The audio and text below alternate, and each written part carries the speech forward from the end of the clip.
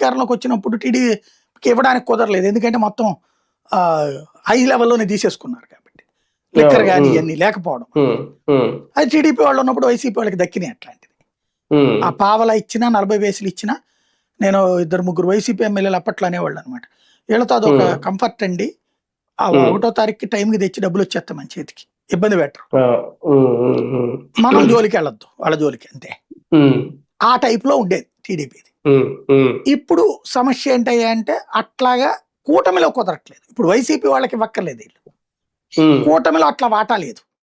అదేదన్నా బాబు గారు కూర్చుని డెసిషన్ తీసుకుని, ఏమయ్యా మనం 30 తీసుకుందాం, 15 పైసలు జనసేన వాళ్ళకి ఇద్దాం, 10 పైసలు బీజేపీ వాళ్ళకి ఇద్దాం, లేదా మనం 60 పైసలు తీసుకుందాం, పావలా జనసేన వాళ్ళకి ఇద్దాం, 15 పైసలు బీజేపీ వాళ్ళకి ఇద్దాం, వాళ్ళ ఎమ్మెల్యేలు ఉన్న చోట అట్లా మనం తీసుకుందాం అనేదన్నా చెప్తే గానీ సెటరేట్ కాదు.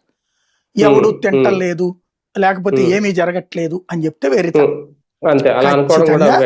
జరిగేది జరుగుతున్నది. అక్కడ అసంతృప్తి పెరుగుతుంది, అక్కడే అవతల ఫీలింగ్ పెరుగుతూ ఉంటది. నెంబర్ 1.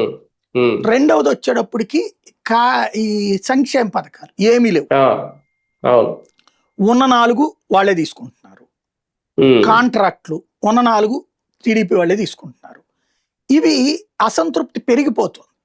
ఈ అసంతృప్తి పెరిగి మొన్న పవన్ కళ్యాణ్ సర్దుబాటు చేయడానికి పెట్టిన మీటింగ్లోనే కదా బొలిశెట్టి శ్రీనివాస్ బయటకు వచ్చి చెప్పింది, వాళ్ళు సరిగ్గా మమ్మల్ని చూడట్లేదని. ఎంత ఉగ్గబట్టుకోలేకపోతే